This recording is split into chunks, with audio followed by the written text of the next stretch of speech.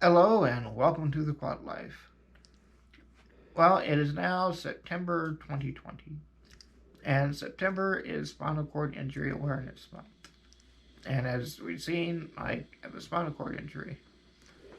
So, a big part of having a high level injury is that I have to use a lot of different equipment, such as an air mattress, which is making noise in the background. But a big part of what I use that everyone sees first, of course, is my wheelchair.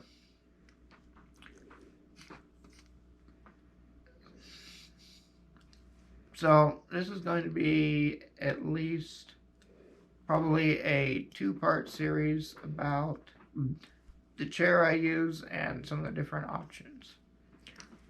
First of all, electric wheelchairs are said to last about 5 years on average.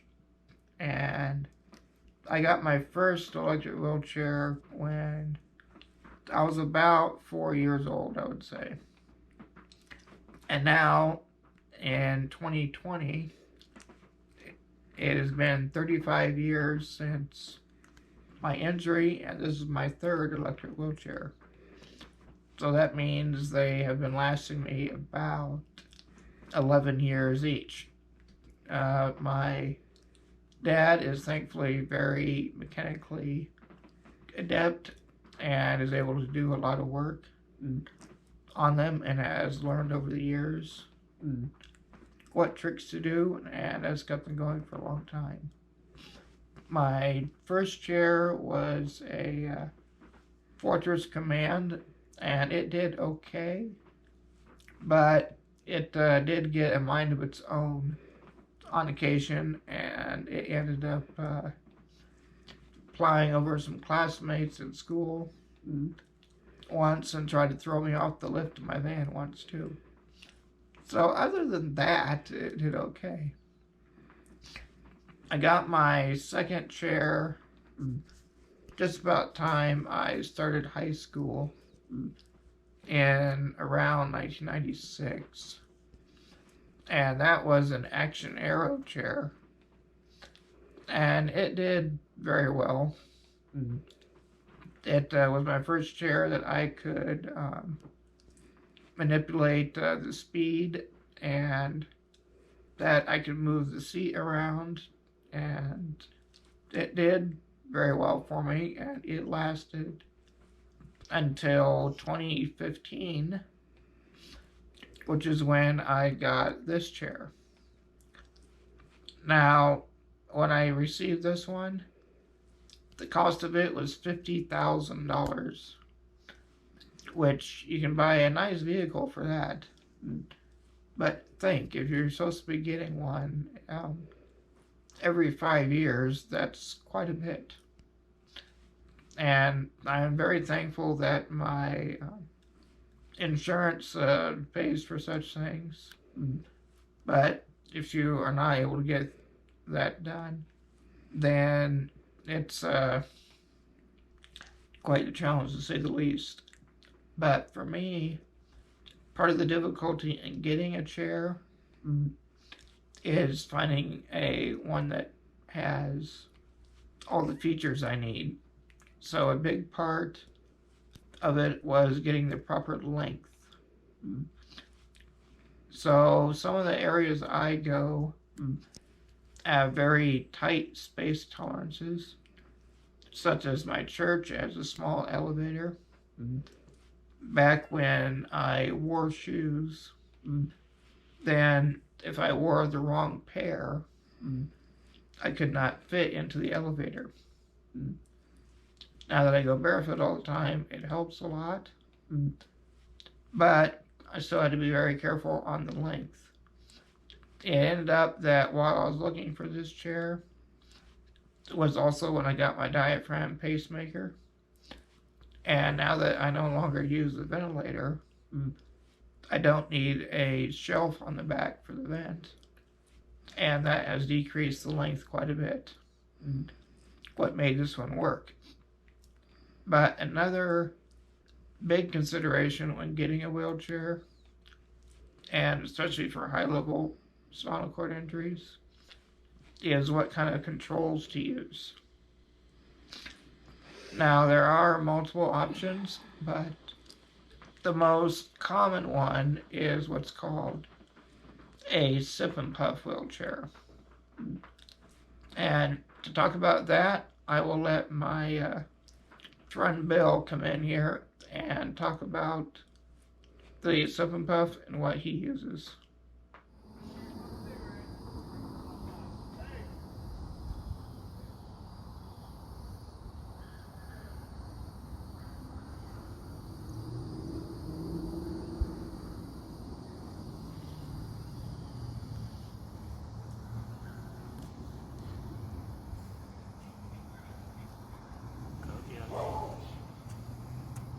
Okay. This white straw is called a sip and puff. I can sip, but I can puff. But I can do it hard and soft. That gives me 4 inputs for my control box. This kill switch over there. Wait a minute. Here's your sip and puff. Okay, like the kill switch. That's how I control it.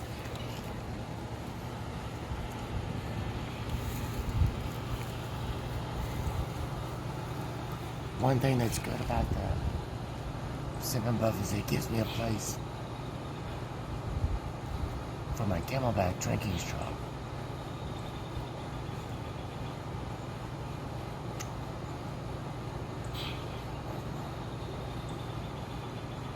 We also attach my microphone when I'm on my computer.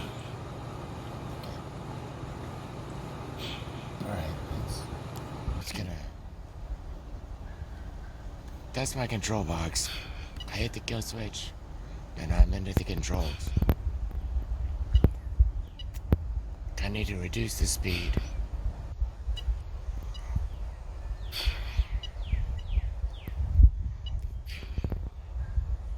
Go back to indoor.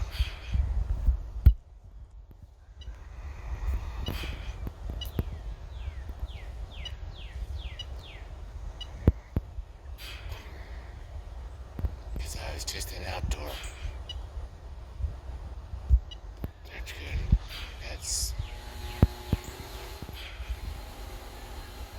That's our loud air conditioner.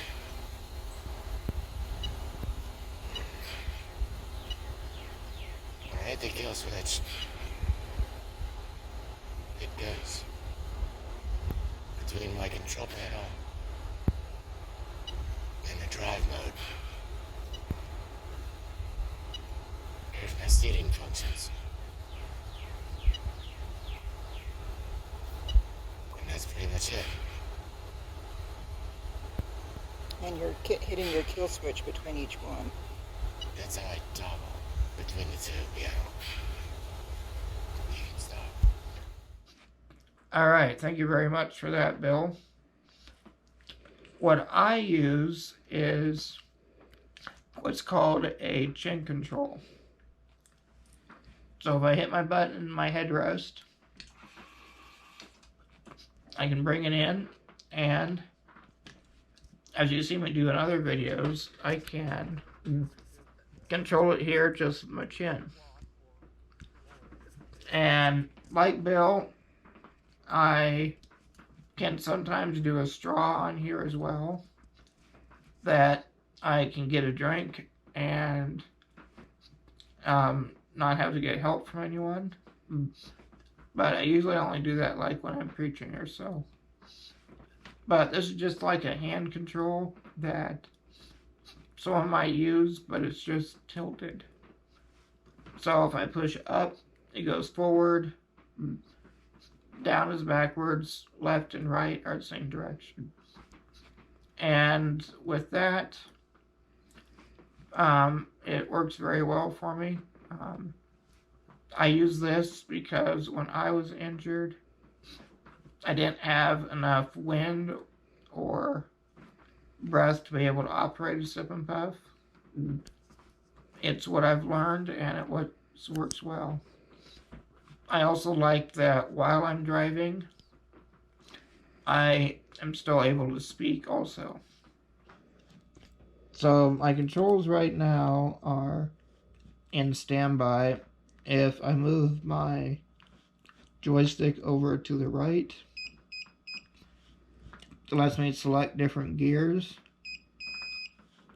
So gear 1 is slow for inside, and then each one gives more speed. And I usually keep it in number 4 here. And with that, I can get the most speed and adjust it as I need. And then after it sets for 5 seconds, it goes to this standby mode to wait for me. Then if I move my controls up, it's ready to drive, and it tells me that I'm driving, if I didn't already know. But all in all, I've liked it pretty well. And if I'm speaking for a while, then I can move the controls, but only if I can reach them. Which, right now, I can't reach them, unfortunately. So that is it for this update. Next one, we'll talk further about chair options.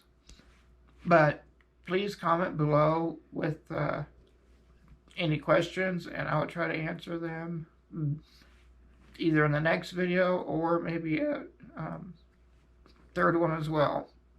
But thanks for watching, and I will see you on the next episode. Bye for now.